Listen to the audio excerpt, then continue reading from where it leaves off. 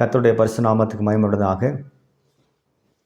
இந்த நிகழ்ச்சியை பார்க்குற யாவரும் கர்த்தர் இயேசு நாமத்தில் ஆசீர்வதிக்கிறேன். இந்த 1ஆம் தேதி 10வது மாதத்திலே தேவன் நம்மளை கிருபையாய் கொண்டு சேர்த்திருக்கிறார். இந்த நாளை தேவன் கிருபையாய் காண சேர்த்திருக்கிறார். அந்த பெரிய தயவுக்காய் நாம் தேவனை ஸ்தோத்தரிக்க வேண்டும். ஹல்லேலூயா. ஒரு நேரம் பாடினோம், துதித்தோம், செபித்தோம் பல காரியங்களுக்காக. இதனால் தேவனுடைய வார்த்தையை கேட்க நேரமாக இருக்கிறபடினாலே ஆதியாகம புஸ்தகத்திலே 32ஆம் அதிகாரம் அதிலே 12ஆம் வசனத்திலே நாம் பார்க்கும்போது, தேவரீரோ நான் உனக்கு மெய்யாகவே நன்மை செய்துன்னு சொல்லி யாக்கோபு சொல்லுகிறார். கர்த்தருக்கு ஸ்தோத்திரம் உண்டாவதாக. இந்த வார்த்தை அருமையானது. தேவன் யாக்கோப்புக்கு முன்கூட்டியே சொன்னபடினாலே யாக்கோப்புடைய வாழ்க்கையில் ஒரு பெரிய ஒரு பிரச்சனை வந்தபோது, யாக்கோப்புடைய வாழ்க்கையில் பெரிய ஒரு அருமையான ஒரு ஆபத்து வந்த பொழுது யாக்கோபு சொல்லி ஜெபித்த ஜெபம்தான் இந்த ஜெபம். கர்த்தருக்கு ஸ்தோத்திரம் உண்டாவதாக. நம்முடைய வாழ்க்கையில் கூட அருமையாவில் சில காலகட்டத்துக்கு முன்பாக தேவன் நம்மளை பேசியிருப்பார். வாக்குத்தத்தம் மூலமாகவோ, வசனம் மூலமாகவோ, ஊழியக்காரன் மூலமாகவோ கர்த்தர் பேசியிருப்பார். ஆகவே அருமையாவில் அந்த வார்த்தை நிறைவேறாமல் இருக்கும் பொழுது தினமும் அந்த வார்த்தையை பிடித்து நாம் ஜெபிக்க வேண்டும். கர்த்தருக்கு ஸ்தோத்திரம் உண்டாகட்டும். வெறும் வார்த்தையை கேட்பது மாத்திரமல்ல, வாக்குத்தத்தம் கர்த்தர் கொடுத்து விட்டால் சொல்லி அமைதி அமர்ந்திருப்பதல்ல, அந்த வாக்குத்தத்த வசனத்தை டெய்லியும் சொல்லி என்ன செய்யணும்? நாம் ஜெபிக்க வேண்டும். இதுதான் யாக்கோபு செய்கிறார். யாக்கோபு செய்து கொண்டிருக்கிறார். தேவன் சொன்ன வார்த்தையை பிடித்து ஆண்டவரையும் சொன்னீங்களே, நீ சொன்னீரேன்னு சொல்லி ஜெபிக்கிறார். கர்த்தருக்கு ஸ்தோத்திரம் உண்டாகட்டும். அருமையாவில் யாக்கோபுடைய வாழ்க்கையில் அருமையான ஒரு அண்ணன் உண்டு, ஏசான்னு ஒரு அண்ணன் உண்டு. அந்த ஏசாக்கு வரக்கூடிய ஆசீர்வாதத்தெல்லாம் யாக்கோபு 3 முறை ஏமாற்றி அந்த ஆசீர்வாதத்தை பறித்து கொண்டு வந்தான் இந்த யாக்கோபு. அதனால் ஏசா பயங்கரமான கோபத்தில் இருக்கிறான்னு தெரிஞ்சு அவன் தாயார் யாக்கோபு சொல்லுறாங்க, நீ மாமா வீட்டுக்கு போடின்ட்டு. அங்கே யாக்கோபு மாமா வீட்டுக்கு போனபடினாலே அந்த இடத்துல தங்கி ஆடுகளை மேய்த்து அங்கே மாமாவுடைய பிள்ளையை திருமணம் பண்ணி இப்படி பல ஆண்டுகள் கடந்து போனது. பிற்பாடு அருமையான கர்த்தர் யாக்கோபோடு பேசினார். என்ன பேசினாருன்னு சொன்னால், அருமையாக நேரம் நீங்கள் 10ஆம் வசனம் படித்தால் புரியும் உங்களுக்கு. சரி, அது மேலே நீங்கள் 9ஆம் வசனம் வாசிக்கும்போது தெரியும். அந்த 9ஆம் வசனத்தில் யாக்கோபு சொல்றாரு பாருங்கள், வாசிங்க. பின்பு யாக்கோபு, என் தகப்பனாகிய ஆபிரகாமின் தேவனும் என் தகப்பனாகிய ஈசாக்கின் தேவனுமாய் இருக்கிறவரே, உன் தேசத்துக்கும் உன் இனத்தாரிடத்துக்கும் திரும்பி போ. ஹல்லேலூயா. கர்த்தருக்கு ஸ்தோத்திரம் உண்டாவதாக. பாருங்கள், உன் இனத்தாரிடத்துக்கும் தேசத்துக்கும் திரும்பி போ, நான் உனக்கு நன்மை செய்வேன் என்று சொல்லி கர்த்தர் யாக்கோப்போடு சொன்னதாக யாக்கோப்பு அங்கே சொல்லுகிறார். கர்த்தருக்கு ஸ்தோத்திரம். அந்த வார்த்தையை நம்பி தான் அனுப்பியான் ஏசான் இடத்துல அருமையாவலே இந்த 3ஆம் வசனம் படிக்கும்போது தெரியும் உங்களுக்கு. வேலைக்காரன் அனுப்பி என்ன செய்கிறார்? 3-4 வசனம் படிங்கள். பின்பு யாக்கோபு ஏதோம் சீமையாகிய சேயீர் தேசத்தில் இருக்கிற தன் சகோதரனாகிய ஏசாவினிடத்துக்கு போகும்படி ஆட்களை அழைப்பித்து, நீங்கள் என் ஆண்டவனாகிய ஏசாவினிடத்தில் போய், நான் இதுவரைக்கும் லாபானிடத்தில் தங்கியிருந்தேன் என்றும் எனக்கு எருதுகளும் கழுதைகளும் ஆடுகளும் வேலைக்காரரும் வேலைக்காரிகளும் உண்டென்று உம்முடைய கண்களில் எனக்கு தயை கிடைக்கத்தக்கதாக ஆண்டவனாகி உமக்கு இதை அறிவிக்கும்படி ஆட்களை அனுப்பினேன் என்றும். அங்கே ஏசாவை சந்திக்கும்படியா, ஏசாவிட்ட பேசும்படியா தன் ஆட்களை யாக்கோப்பு அனுப்புகிறான். அனுப்பும் பொழுது அங்கே ஏசாவை சந்திக்க போன ஆட்கள், யாக்கோப்புடைய ஆட்கள் திரும்ப வந்து சொல்கிறாங்க, ஐயா இந்த மாதிரி உங்கள் அண்ணன் ஏசா 400 பேரோடு புறப்பட்டு வருகிறான்னு சொல்லி இந்த வார்த்தை சொன்ன மாத்திரத்தில் யாக்கோப்புக்குள்ளே இருதயத்தில் ஒரு பயம் வந்தது, ஒரு கலக்கம் வந்தது.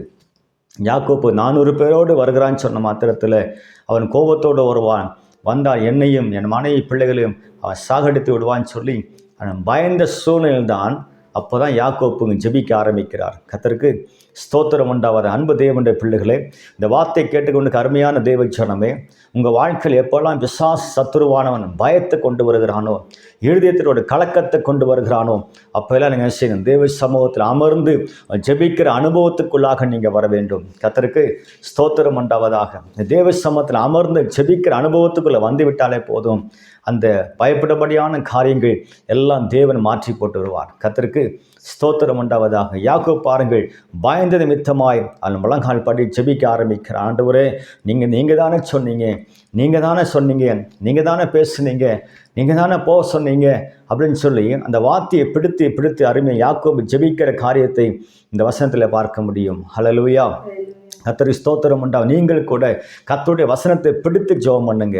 யாரோ சொன்ன வார்த்தை அல்ல, தேவன் வாழ்க்கையில் உங்களுக்கு வாக்கு கொடுத்தாரா, வாக்குத்த வசனம் கொடுத்துருக்கிறாரா, அதை பிடித்து ஜெபம் பண்ணுங்க. ஆண்டவரே, நீங்கள் சொன்னீங்களேப்பா, நீங்கள் செய்வேன்னு சொன்னீங்களே, நான் சுகமாக்குவேன்னு சொன்னீங்களே, என்னை பலப்படுத்துவேன்னு சொன்னீங்களே, அபிஷேகத்தை நிரப்புவேன்னு சொன்னீங்களே ஆண்டவரே, அப்படி செய்யுங்க ஆண்டவரேன்னு சொல்லி அந்த வார்த்தையை பிடித்து நீங்கள் செபிக்கும் பொழுது ஆண்டவர் உங்கள் வாழ்க்கையில் எந்த தீமையான காரியம் இருந்தாலும் அது இந்த 10வது மாதத்தில் நன்மையாக கர்த்தர் மாற செய்வார். ஹல்லேலூயா. கர்த்தருக்கு ஸ்தோத்திரம் உண்டாகட்டும். இங்கே யாக்கோபு இதை தாங்க செய்ய ஆரம்பிக்கிறார். யாக்கோபு அவர் வசனத்தை பிடித்து கர்த்தர் சொன்ன வார்த்தையை பிடித்து ஜெபிக்கிறார். நீங்கள் தானே சொன்னீங்க உன் தேசத்துக்கு போ, இனத்தரத்துக்கு போன்னு சொன்னீங்களே, எங்கள் அண்ணன் கோவத்தோடு புறப்பட்டு வரான்னு சொல்லி. ஆகவே தான் யாக்கோபு அருமையாகலே இந்த 12ஆம் வசனத்தை வாசிக்கும்போது சொன்னார், தேவரீரோ நான் உனக்கு மெய்யாகவே நன்மை செய்துன்னு சொன்னீங்களப்பான்னு சொல்லி, நன்மை செய்வேன்னு சொன்னீங்களேன்னு சொல்லி. கர்த்தருக்கு ஸ்தோத்திரம் உண்டாகட்டும். அருமையாகலே யாக்கோபு தேவனுடைய பிள்ளையாக இருந்தான், செபிக்கிறவனாக இருந்தான். அன்பு தேவ பிள்ளைகள், நீங்களும் கர்த்தருடைய பிள்ளையாக இருக்கிறவனால் கட்டாயம் சொல்கிறேன், இந்த 10வது மாதம் உனக்கு நன்மை செய்கிற மாதமாக இருக்குது. கர்த்தருக்கு ஸ்தோத்திரம். 9 மாதம் நடக்காத நன்மைகள், 9 மாதங்கள் கிடைக்காத ஆசீர்வாதங்கள், இந்த 9 மாதங்கள் பட்ட பாடுகளுக்கு இந்த 10வது மாதத்தை தேவன் உங்களுக்கு நன்மையான மாதமாக மாற்றி கொடுப்பார். ஹல்லேலூயா. எப்படின்னு கேட்குறீங்களா? ஆகவே அப்போஸ்தலர் நடபடிகளில் நீங்கள் 10வது வசனத்தை, அப்போஸ்தலர் நடபடிகள் 10வது வசனத்திலே 10ஆம் அதிகாரம் 38ஆம் வசனத்தை வாசிக்கும்போது அங்கே வேதம் சொல்லுது, ஆண்டவராய் இயேசுவானவர் நன்மை செய்கிறவராய் சுற்றித் திரிந்தார். வாசிப்போம். நசரேயனாகிய இயேசுவை தேவன் பரிசுத்த ஆவியினாலும் வல்லமையினாலும் அபிஷேகம் பண்ணினார்.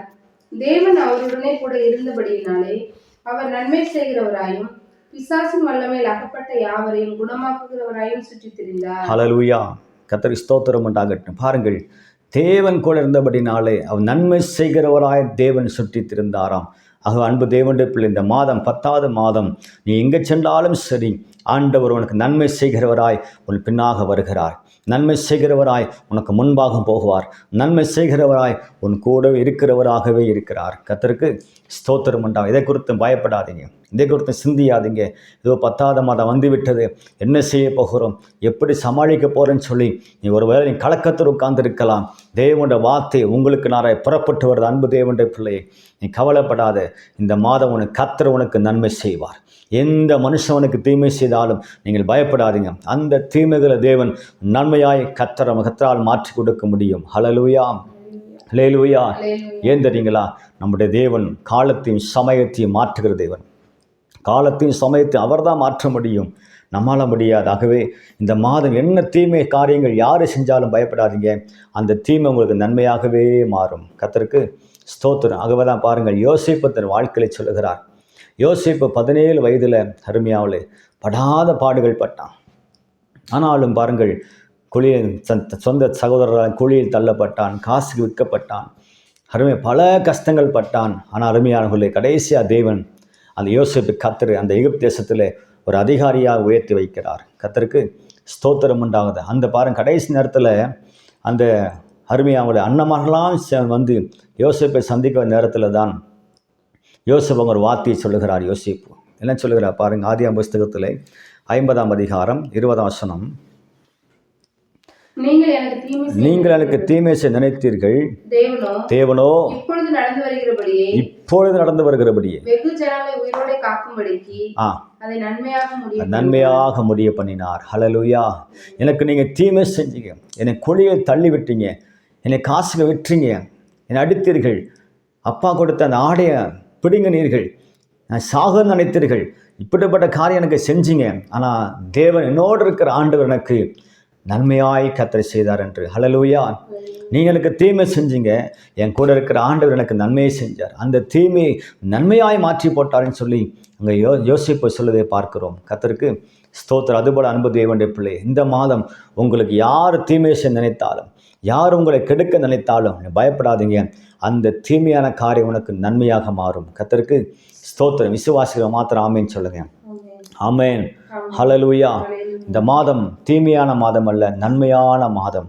அந்த மாதத்தில் யார் பிள்ளை சூனியம் பண்ணாலும், யார் உன்னை கெடுக்க நினைத்தாலும், உன்னை அழிக்க நினைத்தாலும், உன்னை அவமானப்படுத்த நினைத்தாலும் நீ கவலைப்படாதீங்க. வேலை ஸ்தலமாக இருக்கலாம், அருமையாக படிக்கிற இடமாக இருக்கலாம், நீ அருமையான வசிக்கும் இடத்துல இருக்கலாம். எந்த இடத்துல எந்த பிரச்சனை வந்தாலும் பயப்படாதீங்க. அது உங்களுக்கு தீமை அல்ல, நன்மையாக கர்த்தர் மாற செய்வார். ஹல்லேலூயா, ஹல்லேலூயா. அந்த நன்மைகளை நீங்கள் காண்பீர்கள், நன்மையை அனுபவிப்பீர்கள். கர்த்தரும் கூட இருந்து செய்யப்படுற காரியத்தை நீங்கள் பார்த்து ஆச்சரியப்பட்டு கர்த்தர் நாமத்தை மையப்படுத்த போகிறீர்கள். கர்த்தருக்கு ஸ்தோத்திரம் உண்டாவதா. எல்லாம் கண்களை மூடி செபிப்போம். ஆண்டவரே, நல்ல வேலைக்கு நன்றியோடு ஸ்தோத்திரிக்கிறோம்.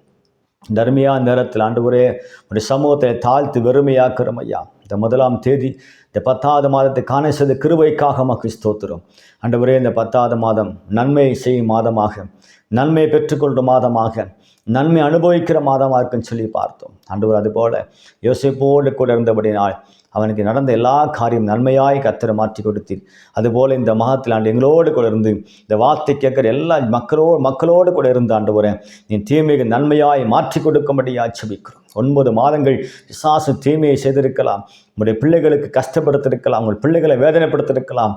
அதற்கு பதிலாக அந்த 10வது மாதத்தில் ஆண்டவரே, உங்கள் பிள்ளைகளோடு கூட இருந்து கர்த்தாவே நன்மைகளை செய்யும்படியாக ஜெபிக்கிறோம். எந்தெந்த விஷயங்கள் தீமையாக இருக்குதோ அதெல்லாம் நன்மைகளாய் மாற்றி கொடுப்பீராக. கர்த்தர் ஆசீர்வதிங்க, பெரிய காரியம் இந்த மாதம் முழு அதிசயமாக நடத்தும். இயேசுவின் நாமத்தில் பிதாவே, ஆமென், ஆமென்.